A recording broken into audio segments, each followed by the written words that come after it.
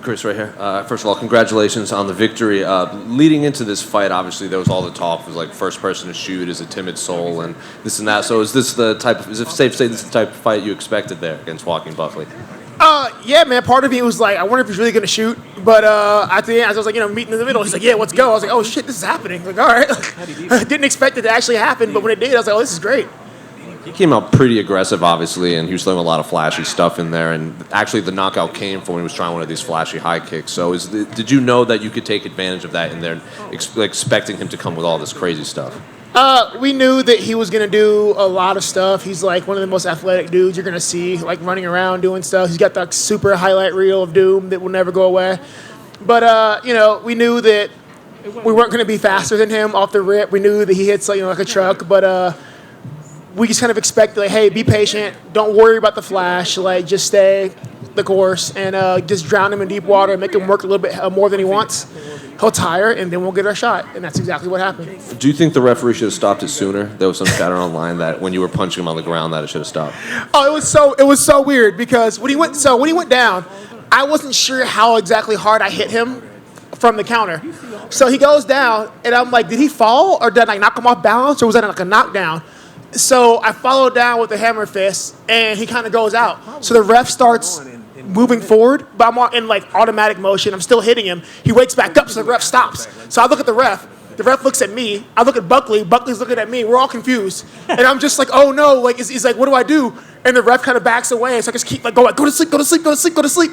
And I kind of felt bad about it afterwards because I saw them wake up and go out like 3 times before it got stopped, and I was like, well, glad that wasn't me. And I mentioned all the talk at the beginning of this scrum, but you also said it wasn't personal. So was that just all building the fight between you two, just the trash talk online and everything? I guess, man, there wasn't much trash talk on my part. I'm just like... Do you think it was personal for him, I should say? Maybe. He still doesn't seem like he likes me that much right now. I don't really know what happened. But it's fine, though. Some guys are different. Like, he's, 28? He's got 20 fights.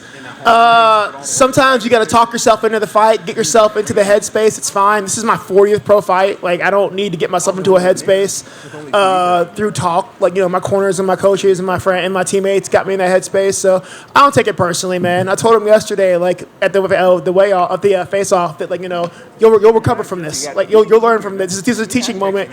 You'll come back from this, and he will come back from this. And you said into the camera, "Keep doubting me." Was that just a message to the masses, or just who exactly is doubting you? I'm an underdog in this fight. Like I could literally slay Godzilla, and they would be like, yeah, he still sucks, blah blah blah. According to people, I'm slow, I'm old, I'm washed up. Half of you guys crapped on me after the Jack fight, honestly. So I don't think I'll let you guys off on that one. But so like, fuck it, whatever. Like, all you guys shitting on me all the time. Some of you guys are great. Like, there's a lot of you guys that are great. The other half of you know who you are. Fuck you guys. But it is what it is. Like, they're gonna keep doubting me, and I'll just keep proving people wrong. This is completely unrelated to this fight, but I saw an interview you did online. Do you have a Gearless Joe background? Bro, so I have a Gearless Joe. I was wearing a Gearless Joe shirt earlier. Yeah. I have the Not Dead Yet one from season 2. Like, yes, but my background in my interviews is Gearless Joe. Thank you. Nerd moment. Hey, Chris. With the face-off yesterday, you seemed kind of confused because he got right up in your face. What was he saying to you? There were no words. I guess he's just like weirdly jawing. It was a weird. I was amused because we've had words in the back before. He was very sensitive this week. He was very, very sensitive this week. I'm not really sure if that was just to hype himself up, but he's talking and they're holding him back, and I'm like, bro, that's what I told Dana, don't even hold him back. Nothing's going to happen. He's not going to hit me. He could have hit me at 40 minutes. We're sitting in the back 20 feet from each other. I don't know what that was, but I don't know why you're so angry. We fight tomorrow. People are weird in this sport, man. I don't get it, but... Now that the fight's over, like, do you think, with the sparring session you guys had, like, do you think that played into, like, maybe he was confident in that, or do you think that was kind of irrelevant? Oh, I think without a doubt, I think he was. Like, he came in like, oh, I did well in sparring. I'm going to kick his ass. I'm like the worst guy. Depending on where I am in camp, I'm probably the worst guy in the room for sparring. Like, I'm just not one to, like, try to kill people. He's a guy who spars really hard. He's athletic, whatever. I'm just not interested in killing training partners. It's just not my thing. Like, if I get messed up or you get hurt, we're all out of money. It's just not my thing. So, but at the end of the day, man, if that's what you're going off of, you're an idiot. So, like, we knew how the rounds went, and we didn't, we put it out of our head. I can't train for yesterday. I can only train for tomorrow. So if that's what he went on, like, that was a terrible, terrible plan. He was throwing a lot of looping hooks, jumping in there. Like, did you see the straight right, the straight left come in? Like, was that part of the game plan, or was that kind of like in the fight you saw it? For the last, how long I had this fight for, like, 10 weeks, 12 weeks? If I've had this fight for 12 weeks, 11 weeks of that has been Nate Pettit making me counter with right hands. Nate Pettit, Ray Sefo, and James Gifford making me counter down the middle. And it's all been literally, like, short punches down the middle. Like, don't loop anything. Don't go hook for hook with a hooker. Like, just, just, counter down the middle.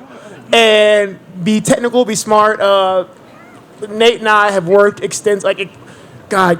After the Hermanson fight, all the BS that I took about, like, not cutting the cage off, like, guys, I can cut the cage off. I've done it every fight until that one time. Had a bad night. All the BS, like, we went back to the drawing board, figured out what went wrong, what happened. We worked a lot on cutting the cage off, straight punches. Cutting the cage off, straight punches. And tonight, like, yes, guys, we can cut the cage off. We had one bad night, let it die. Does this win take some of that Jack loss, like, a little sting off of it, or is it still? Oh, hell no, I'm still furious. I am still like, who do you want next? I'm like, Jack Hermanson. And they're like, why? He just lost. Like, I don't care. I have to get it back. Like, at this point, guys, like, I'll fight Jack Hermanson every week. If he beats me every time, I'll keep coming back next week, like, until I win one, and then I'll be satisfied. And then finally for me, with that being said, kind of grade your 2022. You had 3 fights, 2 wins. Good win over Vieira, loss against Jack, and then you went out there and sparked Buckley. So grade it. Financially successful is how I grade that. Like, I'm ending 2022 on a really great note right now. Like, I wish you guys know, I got some really good pay bumps this year. So, yeah, financially, my 2022 was great, man. It's the best I've been in my entire adult life. Performance-wise, I'm happy with it, man. It's a good way to end the year on a knockout. Didn't get hurt. Nothing's really messed up. So I was thinking of taking some time off, but with no injuries, like, shoot, maybe we get back in February. Awesome. Congrats, man. Thank you. Hey, Chris, I think a lot of people want to know mentally, just like we saw you in Orlando, you get to see somebody get the dub over Jack Hermanson. I mean, I think, one, that wasn't a bit of a distraction when you're late in the camp, and then 2, was it motivating to see that happen? So I saw people like, oh, he's not focused. He's in Orlando. It is the week before a fight. I don't know if any of you guys, like, fight or have fought, but, like, on the Friday before my fight, the week before, like, I'm done. There's literally nothing for me to do. On top of that, I worked out the morning that I flew to Orlando. I worked out when I got to Orlando, and then I sparred 14 rounds on Saturday morning before the fight. Like, I don't miss workouts. So they're like, oh, you're distracted. Like, no, like, nothing distracts me from what I do. I don't miss workouts. I take my job very seriously. That being said, no one was more happy than me seeing Roman win that fight, man. Like, Roman's a really good friend.